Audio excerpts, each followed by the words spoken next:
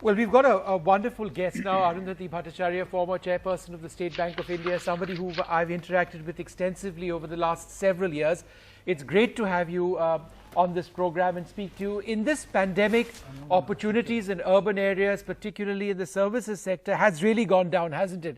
There are hardly any opportunities now for quite a while. What do you think can be done to augment incomes and opportunities in rural India beyond only agriculture? Of course, there is agriculture, but something that can be sustainable in the rural economy beyond agriculture itself. So, in the rural economy, we definitely need to go beyond just agriculture. And it's something that I've been saying for a long time. Because, if you look at agricultural income normally comes in a kind of a bunch.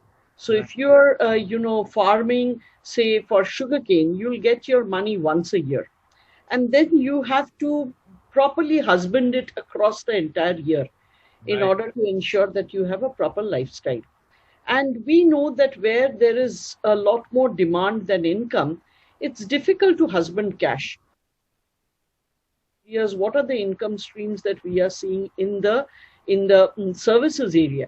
So there are things like coaching classes, there are things like salons, there are things like eating places, there are things like providing food, catering food to the houses.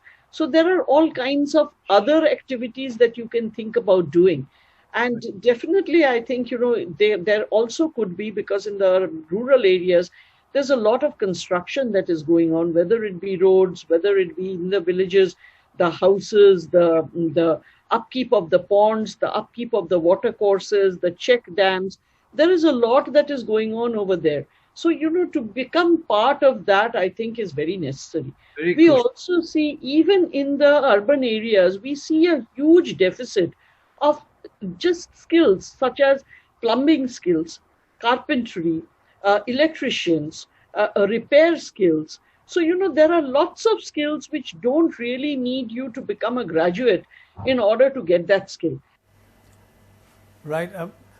Arundhati Bhatttacharya, we all know you're one of the finest bankers and you have a reputation for having an immense knowledge of finance. Can you explain to us a little bit how financial institutions, banks, etc., how to use technology to simplify, to get money to the villages, without human intervention?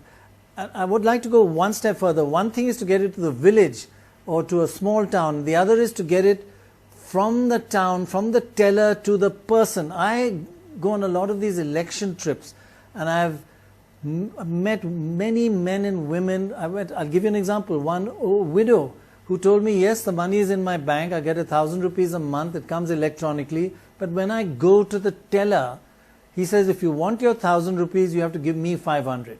So we took her into the bank and we asked the teller, what is this? And then they said, speak to the bank manager. We spoke to the bank manager, and just as the key moment came, the line got cut. So one thing is to get the money to a bank, the other is not the last mile, the last 6 feet. How does one stop problems occurring at that point? Okay. So one, of course, is, we should try and limit human intervention as much as possible. Today, for instance, just in order to take out money, you don't need to go to a bank. You can go to a ATM. Right. And, there are sufficient ways for us to teach these people how to operate an ATM. So I think what the government also did when it did the PMJDY, it insisted, that we issue cards. Okay. And actually that entire exercise became quite expensive because of the carding that we did. Okay. Right. Now, the problem with the cards is I am perfectly fine to give the cards. But at the end of the day, if it's an illiterate person, what that person is going to do is to hand over the card to a tout. And in fact, for us, our instructions are that when a person who's illiterate comes into the bank and is putting their thumbprint and taking the money, as per the standard operating process, I am supposed to speak out loud and tell them ki Baba aapko 500 rupiya diya. Why?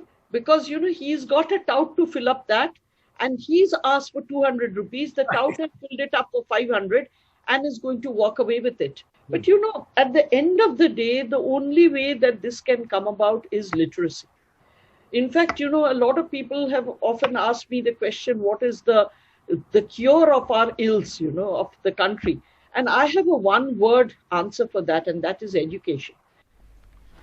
बहुत बहुत धन्यवाद अपनी राय रखने के लिए, और खास तौर से शिक्षा कितनी अहम है जो आपने कहा।